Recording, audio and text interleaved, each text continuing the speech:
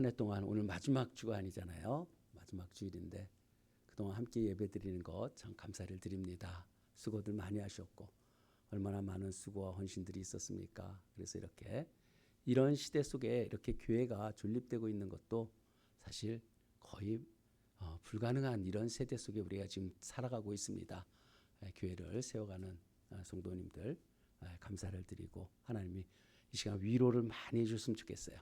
위로 많이 해주시고 그리고 또 새해를 맞이할 수 있는 힘이 우리에게 솟아나는 예배가 되길 바랍니다.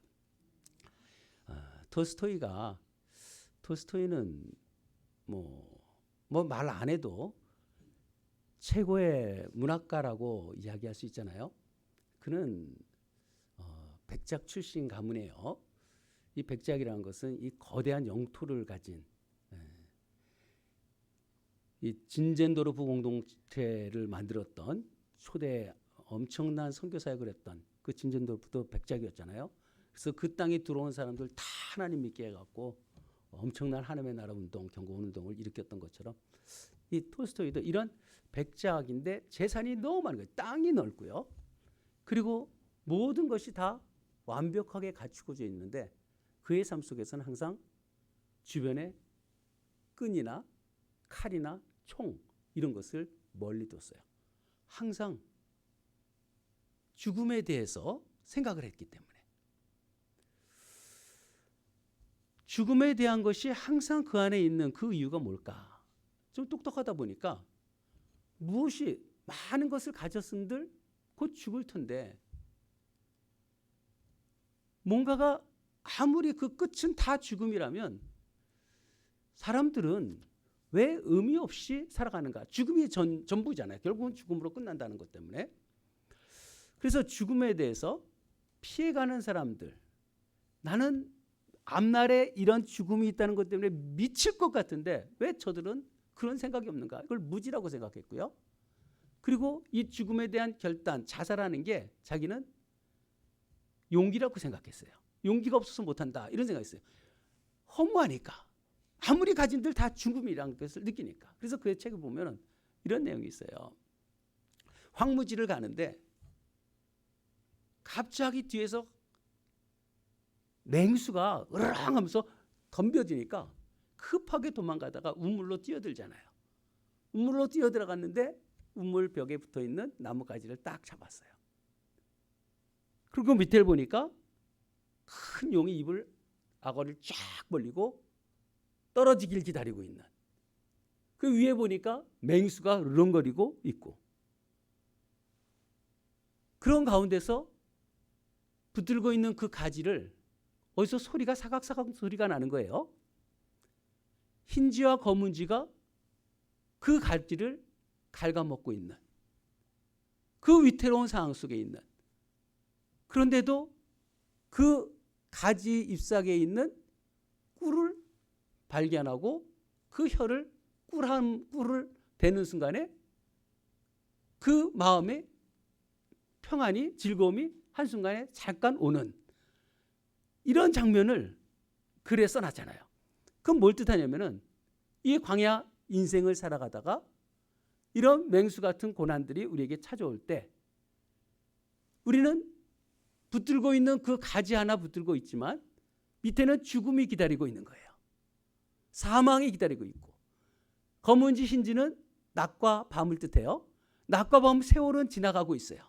언제 곧 떨어지게 되는 그런 유익 속에서 꿀 하나가 위안이 되어지는 곧 그 꿀은 가족이 될 수도 있겠고요. 성취감도 될 수 있겠고요. 또 어떤 사람은 쾌락으로 그 순간을 넘어가려는 그게 바로 인생이다. 이렇게 그림으로도 우리에게 많이 그려진 것을 여러분들도 보았기도 했을 거예요. 인생은 결국은 금세 떨어지고 마는 다 죽음에 이르게 되어진다는 거예요. 그가 또 꿈에 이런 꿈을 꿨어요.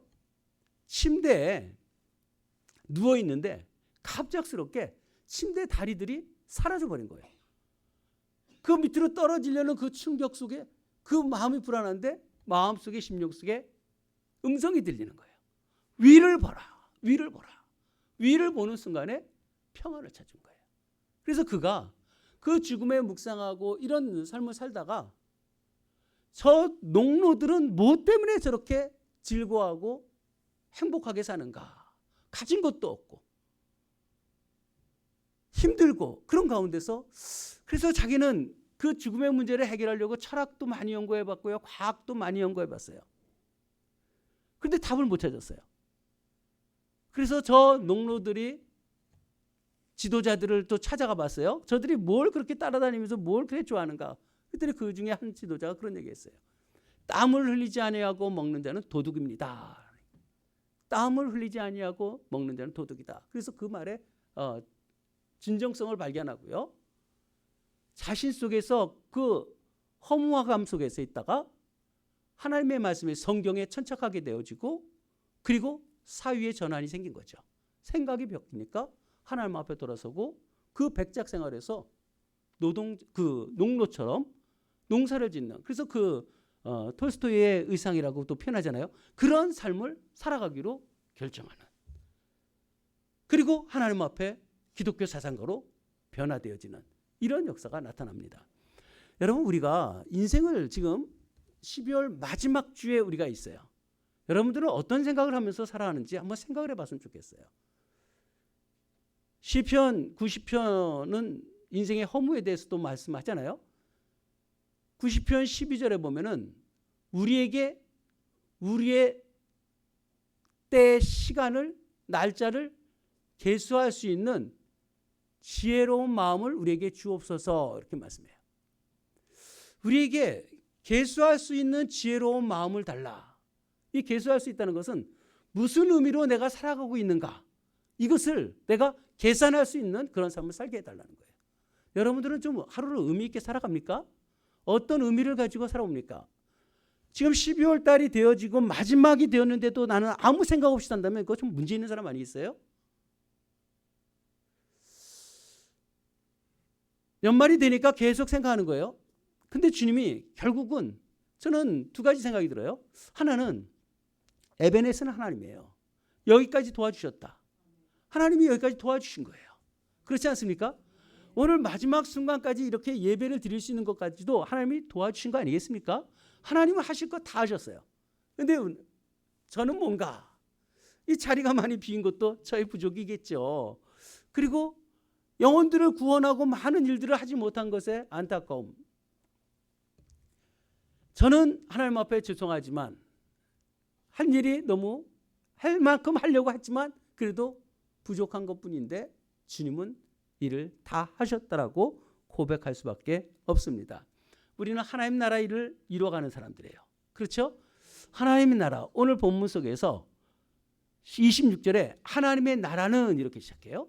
하나님의 나라는 사람이 씨를 땅에 뿌린 것 같다. 사람이 땅에 뿌린 것 같은데 이 씨를 뿌린다는 것이 이게 아주 조심스럽게 정성스럽게 심었다는 뜻이 아니에요. 던졌다는 의미예요.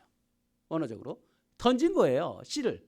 그냥 씨를 던진 것 같이 사람이란 것은 보통 사람을 얘기해요. 우리 같이 우리는 씨를 뿌렸어요. 뿌리는데 뭘 그렇게 대단하게 한 것도 아니고 뿌렸는데 어떤 일이 벌어지는가.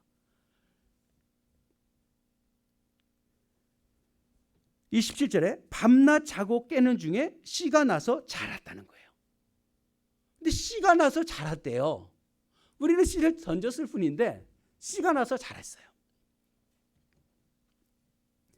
여러분 이게 뭘까? 하나님의 나라라는 개념을 우리가 먼저 알아야 돼요. 하나님의 나라는 우리가 죽어서 가는 천국 개념 그리고 어떤 영토 개념, 땅 이런 개념으로 보지 말고요. 하나님 나라는 주의 통치라고 보면 돼요. 하나님이 우리에게 통치하고 있는가? 내가 하나님의 사람이라는 것은 하나님의 말씀이 나를 통치하고 있다면 그 사람은 하나님의 사람이에요. 하나님의 말씀대로 살고 싶어하는 사람들. 이게 하나님의 자녀이고 근데 그 하나님의 백성들이 어떻게 이루어져 가는가? 전적으로 하나님의 주권이 이루어져야 되는데 우리는 씨를 뿌렸지만 자라게 하는 것, 싹을 트게 하는 영역은 하나님이 하신다는 거예요. 4장 28절에 보면은 땅이 스스로라 그래요. 스스로라는 표현을 해요. 하나님은 모든 것을 자라게 하시고 싹을 트게 하는 것도 결국은 하나님이 하신다는 거예요. 그래서 우리가 열심히 하든 안 하든 우리 여기까지 왔어요. 열심히 한 사람들, 눈물겹도록 열심히 한 사람들도 있잖아요. 그렇지만 그러지 않은 사람들도 있어요. 그런데도 여기까지 왔어요. 여기까지 왔다는 것은 뭘 뜻하냐면은 하나님의 나라를 하나님이 여기까지 인도하셨다는 거예요. 하나님의 나라는 우리의 열심과 열심하지 않음과 상관없이 하나님은 싹을 틔우시는 분이라는 거예요. 여러분 이걸 우리가 잘 알아야 돼요. 이게 뭘 뜻하냐면은 하나님의 나라는요, 인간의 노력, 능력으로 하나님 나라 이루어지는 게 아니에요. 내가 잘한다고 하나님 나라가 잘 이루어지고 내가 못한다고 하나님 나라가 무너지고 이런 일 없어요. 하나님은 하나님의 영광이 우리에 의해서 좌지우지 될 수가 없죠. 하나님이 어떻게 우리에 의해서 좌지우지 됩니까? 어떤 사람은 우리가 그러잖아요. 우리가 하나님의 영광을 손상시키고 하나님의 영광을 또 더 크게 나타내고 그런 거 없어요. 여러분들이 암만 열심히 하든 아무리 못하든 하나님의 영광은 여전히 동일해요. 하나님이 우리에게 영향을 받으면 하나님이 되시겠습니까? 하나님은 영향을 받지 않으세요. 태양을 생각해 보세요. 태양이 있는데 구름이 있다고 태양이 없지는 건 아니잖아요. 비바람이 친다고 태양이 없는 것도 아니에요. 하나님은 태양과 비교할 수 있겠습니까? 하나님은 본질적으로 완전하시고요. 의존이 되지 않아요. 의존적인 분이 아니에요. 그래서 여호와라는 이름이 뭐예요? 스스로 계신 자잖아요. 스스로 계신 자. 스스로 계신 거예요. 우리가 그 어떤 것도 할 수 없는 거예요. 다만 우리가 순종할 때는 하나님의 영광을 드러내는 거예요. 그 영광을 드러내는 것. 우리가 수건을 벗은 얼굴로 거울을 보는 것 같이 주의 영광을 보매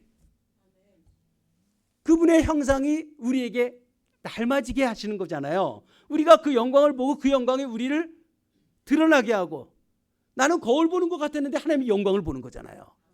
이게 뭐예요? 그 영광을 보니까 우리의 모습이 우리도 하나님처럼 되어진다고 그러잖아요. 그런 삶을 살아가게 되는 거예요. 곧 하나님의 영광을 반사하는 거죠. 하나님의 말씀 앞에 순종한다는 것은 하나님의 영광을 가렸던 것이 다 드러내고 드러내는 거예요. 그래서 우리는 하나님의 영광을 드러내는 자예요. 반사하는 자예요. 불순종하는 자는 뭡니까?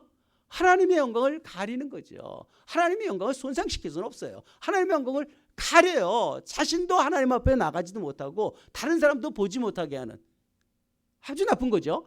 그래서 하나님 앞에 불순종하는 것. 그래서 너희로 말미암아 하나님의 이름이 모독받는도다 이렇게까지 표현하잖아요. 이 교회가 성도들이 하나님의 말씀 앞에 잘 살아가야 될 이유가 거기에 있어요. 우리가 오늘 이렇게 예배를 드리는 것도 사실 하나님의 은혜 아닙니까? 내가 잘나서 여기까지 온 거겠어요? 이 지금 이런 산이나 이런 데 다녀보세요. 겨울 나무들 보십시오. 바짝 말라갖고 죽은 것 같잖아요. 저기에서 무슨 생명이 있을 것 같아요. 그러나 봄이 되면 또 꽃이 피고 잎사귀가 무성하게 또 나지 않습니까? 하나님이 다 하시는 일 아니겠어요? 이렇게 추운데 다 얼어붙어갖고 다 이 쇠파이프 안에 있는 물들도 다 꽁꽁 얼어 터지는데 하나님이 살리시는 거 한번 보세요. 또한 우리가 이 우주선이나 비행기 같은 거 보면요, 이 자동 항법 장치가 있어요. 지금 자동차도 그렇게 개발을 하잖아요. 그래서 이 조종관을 잡지 않아도 그 고도, 그 위치에 맞춰서 가게 되지 않습니까? 우리의 인생도요, 하나님께서 이런 자동 항법처럼 해놓으셨기 때문에 오늘 여기까지 온 거예요. 우리의 삶 속에서 이런 인도하심이 있는 거예요. 그래서 우리 중에서 찬송 493장 보면은 아주 나는 부족하여도 영접하실 터이니 너무 좋잖아요. 영광 나라 계신 우리 주님. 여러분, 나는 부족해도 나를 영접하실 하나님. 그래서 우리의 삶을 여기까지 계속 인도하신다는 것을 여러분 믿으시길 바랍니다. 정말 하나님의 인도하심 때문에 내가 오늘 마지막 예배 드리는 거예요. 저는 그렇게 제 마음속에 있어요. 새초부터 새말까지 오늘 우리의 열심보다도 하나님의 생명의 힘이 역사했기 때문에 오늘 이 자리에서 우리가 예배 드린다는 것이고요. 27절 보면요, 그가 밤낮 자고 깨는 중에 시가 나타난 거예요. 밤낮 자고 깨는 중에. 열심히 우리가 하나님 앞에 할 때도 있고요. 또 잠자고 침체된 사람들도 있었어요. 그런데도 우리에게 뿌려진 예수의 생명은 잠든 사이에도 멈추지 않았어요. 우리가 지쳐 있어도 낙심했어도 주저앉고 싶어도 하나님은 여기까지 인도하셨고, 지치도록 하나님 앞에 교회를 세워가려고 애를 쓰고 몸부림쳐도 여전히 여기까지 인도한 거예요. 우리 아기들이 이 태반에 탯줄로 연결해갖고 이 속에서 자라는 것처럼, 영양을 공급받는 것처럼, 우리가 잘하고 잘못하고 떠나서 하나님은 우리에게 생명을 여기까지 인도해 주셨어요. 이것을 우리는 우리가 일상 속에서 하나님의 비가시성이라고 그래요. 하나님은 보이진 않잖아요. 여기까지 인도한 거예요. 우리는 이 신정론 얘기할 때 왜 악인이 형통하고 의인이 고통받을까? 하나님이 계시면 그럴 수가 있나? 이런 생각하지만 하나님은 분명히 계시죠. 우리는 잘 모르는 거예요. 악인들은 열심히 하나님 앞에 하는데 왜 이렇게 힘들고 어렵고 고통상하는데 저 악인들은 뭐가 이렇게 잘 되고, 여러분 그런 것에 의문이 갑니까? 전 그런 의문은 아예 사라져 있어요. 하나님의 선하심을 제가 알기 때문에. 또한 하나님은 하나님의 나라를 위해서 고통 가운데 들어갔던 선교사님, 이 선지자들 속에서의 사역들을 바라보고 예수님이 어떻게 사였는지를 우리가 보면은 그건 이해하지 못할 이야기가 아니에요. 또 마지막 계시록 6장 속에서도 그렇게 하잖아요. 의롭게 살다가 순교한 영혼들이 어느 때까지니까 할 때 아직도 더 죽어야 한다, 더 순교의 피가 필요하다라고 주님은 요구하시잖아요. 우리가 하나님의 나라를 위해서 더 고난을 당하고 주의 일을 해야 될 때라고 우리에게 말씀하고 있습니다. 정말 우리가 하나님의 나라, 하나님의 열심이, 하나님 나라가 우리에게 이루어졌다면 우리의 부족 때문에 하나님 나라가 중단되는 것도 없고, 우리가 열심히 한다고 하나님 나라가 더욱더 확대되어지도 않아요. 하나님 나라는 인간의 통제가 아니라 하나님 나라의 스스로 자생력이에요. 하나님께서 생명의 역사는 하나님의 때에 따라서, 하나님의 주권에 따라서 하나님이 일하신다는 거예요. 이걸 우리 분명히 인식을 해야만 할 것입니다. 결국은 하나님 나라 주도권은 하나님 앞에 있어요. 그래서 인간은 교만할 수가 없어요. 항상 낮아질 수밖에 없습니다. 씨가 나서 자랐다 그러잖아요. 싹을 틔우는 것은 사람이 할 수 있어요? 씨가 터지고 거기서 싹이 나서 식물이 되고 열매를 맺고, 이거 사람이 할 수 있습니까? 사람이 하는 게 아니에요. 그 결국 하나님이 하래요. 생명의 역사는 하나님이에요. 올해 우리가 마지막 결산하는 자리에서 우리는 부족한 것도 우리에게 있어요. 나태한 것도 있어요. 있죠? 스스로도 그런 마음이 있잖아요. 더 잘할 수 있는데 못한 것도 우리에게 있어요. 그리고 사력을 다해서 새벽 기도하며 헌금하며 봉사하며 헌신하며 눈물 겹도록 하나님 앞에 힘이 겹도록 행한 분들도 있어요. 그러나 그것보다 더 중요한 게 뭔가? 나는 이만큼 하고 나는 이렇게 못했다, 이게 중요한 게 아니라 싹을 틔우시는 하나님이 오늘 여기까지 인도하셨다는 것에 감사하시기 바랍니다. 이게 우리에게 마지막 주간에 꼭 우리가 알아야 돼요. 곧 열심히 하나 마나 이 얘기하는 건 아니에요. 열심히 한 사람은요 하나님이 인정하죠. 착하고 충성된 자녀와 잘하리또다 칭찬하는 건 너무 뻔한 이야기고요. 못한 사람은 악하고 게으른 종아 책망받는 건 너무 당연한 거예요. 그것을 했다 못했다 이 문제를 얘기하는 게 아니에요. 하나님 나라의 CCTV는 훨씬 더 세상 거하고 비교할 수도 없는 화질 가지고 명확하게 드러나게 정확하게 찍혀 있지 않겠습니까? 우리가 한 해 동안 어떻게 사는지 하나님 다 아세요. 히브리서 6장 10절에 보면요, 하나님은 불의하지 아니하사 그래요. 뭐라 그러시면 너의 행위와 이미 섬긴 것과 이제도 섬기고 있는 것을 잊지 아니하시니라. 하나님 다 아시죠.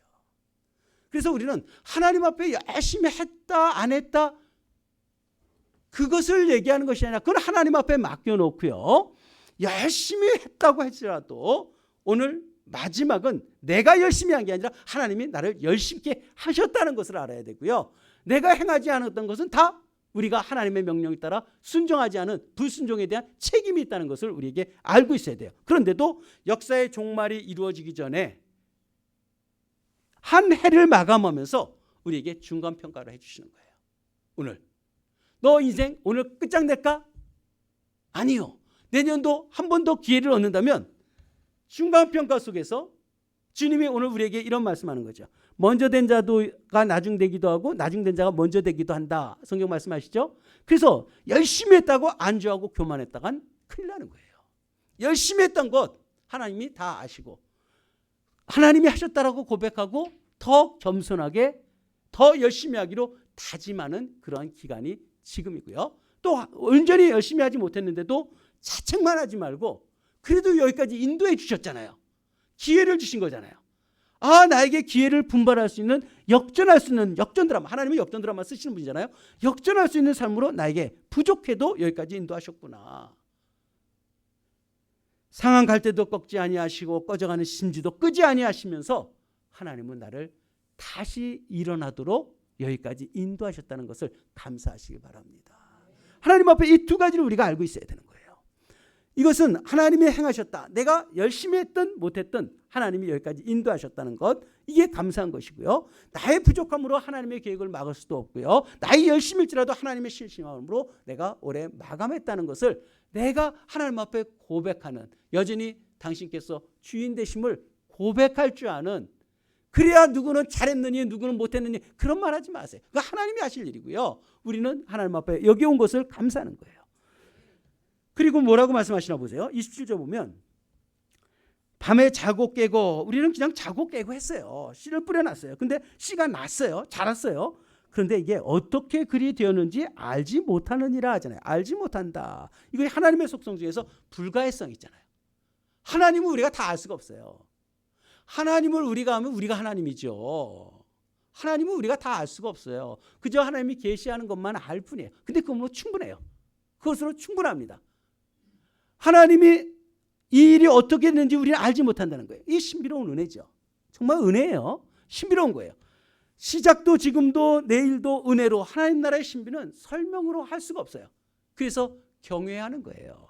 하나님을 경외할 수밖에 없는, 하나님께서 우리에게 여기까지 인도하셨는데 내 삶에 변화가 없는 것 같을지라도 하나님의 나라는 이렇게 나는 알지 못한다. 어떻게 그리 됐는지 알지 못한다고 하는데 이렇게 하나님 나라는 은밀하게 비가시적으로 그리고 불가해성으로 이루어지고 있다는 것을 말씀합니다. 그러면서 성경은 명확하게 말해요.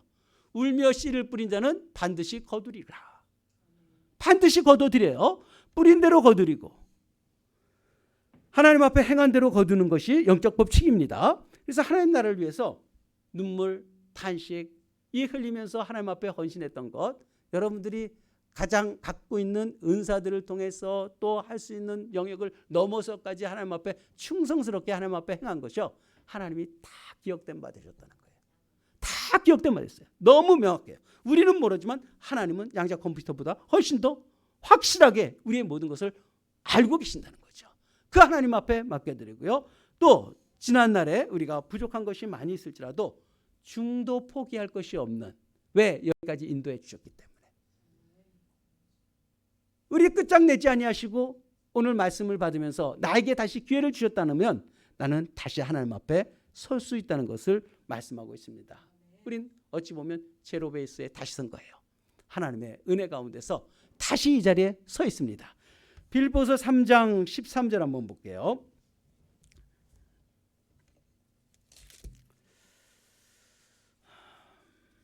제가 봉독하겠습니다. 형제들아, 나는 아직 내가 잡은 줄로 여기지 아니하고 오직 한 일, 즉 뒤에 있는 것은 잊어버리고 앞에 있는 것을 잡으려고 표대를 향하여 그리스도 예수 안에서 하나님이 위에서 부르신 부름의 상을 위하여 달려가노라 라고 말씀하고 있습니다.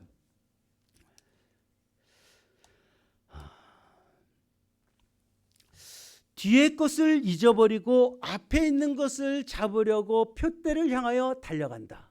여러분 이건 머릿속에 정리해 놓고 사세요. 뒤에 것은 잊어버리라. 여러분 있다라는 말을 기억 상실이라는 얘기가 아니에요. 뒤에 것을 기억하지 못하고 기억 상실하라는 말씀이 아닙니다. 여기서 기억하지 말라라는 것은 매이지 말라는 거예요. 매이지 마라. 과거에 매어 있지 말라. 사탄은 과거를 자꾸 매어 있게 하잖아요. 아우구스티누스도 그렇게 표현했어요. 사람이 무너지는 것은 과거 상처 때문이 아니다. 무너지는 이유는 거기에 집착하고 있기 때문이라는 거예요. 우리가 과거가 있어요. 상처가 있고 아픔도 있어요. 그거 없는 사람이 어디 있겠습니까? 모든 사람들이 다 상처가 있고 아픔이 있어요. 그런데 그것을 잊어버리라고 했는데 거기에 집착하는 것 때문에 문제가 되는 거예요. 여러분, 어떤 과거에 집착하는 사람은 미래가 없어요. 보장합니다. 미래 없어요. 미래가 없다면 뭐예요? 믿음의 삶을 살아갈 수도 없다는 거예요. 과거의 것을 내가 집착하고 있으면 앞으로 나아가질 못해요. 그런 가운데서 어떻게 우리가 하나님 앞에 나아갈 수 있겠습니까? 그래서 과거는 있지만 잊어버려라. 집착하지 마라. 그것을 툴툴 털어버리고 나는 지금 해야 할 것은 앞에 있는 것을, 표대를 향해서 앞에 있는 것을 붙잡기 위해서 간다는 거예요. 내가 표대를 향해서 갈 일이 얼마나 많습니까? 내년도 해야 할 일들이 얼마나 많아요. 지금 나에게 주어진 직분과 나에게 사명들, 장로, 권사, 안수 입사, 그리고 각 직분들을 얼마나 우리가 받았습니까? 해야 할 일들이 많잖아요. 하나님 앞에 예배자들로 하나님 앞에 어떻게 설 것인가?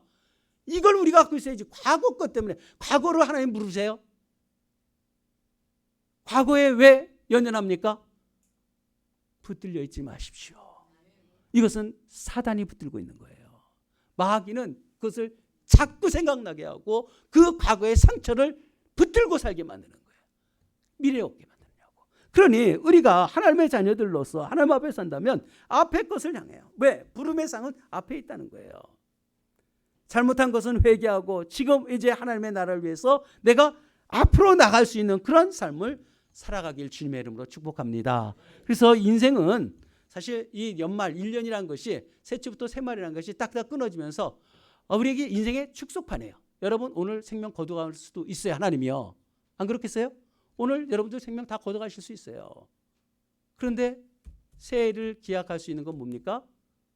우리가 새해를 맞이할 수 있는 그런 마음을 갖는 건 뭐예요? 오늘 여기까지 인도한 것이 하나님의 은혜인 것을 고백하고 더 분발하며 하나님 앞에 나갈 사람들, 그리고 하나님 앞에 겸손하게 또 한 것은 다 주께서 행하셨다고 고백하면서 주님 앞에 나갈 수 있는 이 자리가 바로 오늘 마지막 결산하면서 주님 앞에 서야 할 자리일 것입니다. 연말에 우리가 인생은 정말 금세 지나가요. 시작하자마자 한 해가 지나가는 것처럼 우리의 인생도 곧 끝날 때가 있을 것입니다. 영혼을 준비할 수 있는 모든 것을 하나님이 다 이루세요. 여러분들이 하든 안 하든 하나님 나라 손상되질 않아요. 절대 손상 받으실 일이 없죠.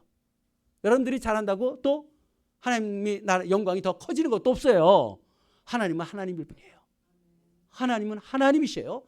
그 하나님 앞에 내가 충성스럽게 살아갔다는 것이 얼마나 복이고 나를 통해서 하나님의 영광이 드러난다는 게 얼마나 감사합니까?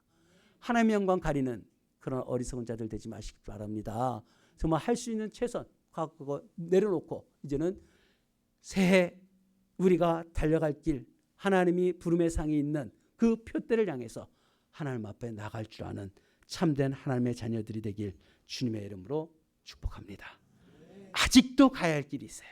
아직도 가야 할 길. 표대, 그 표대를 향해서 제가 잊고 달려가자 이 말씀 제목 전했잖아요. 잊으라는 것은 기억상실자가 되지 말고요. 정말 하나님의 은혜만 생각하고 상처는 집착하지 말고 하나님이 여기서부터 다시 시작하시는 그 은혜, 우리 성도들 그 충만한 은혜, 이번 기회도 못 살리면 언제 살리겠어요? 내 감정과 내 생각이 아니라 하나님의 말씀에 따라서 살기로 작정하고 사는 그런 종들, 참 놀라운 은혜들이 우리 삶을, 하나님의 축복의 삶을 예비하는 그런 종들이 되길 주님의 이름으로 축복합니다. 네. 기도합시다.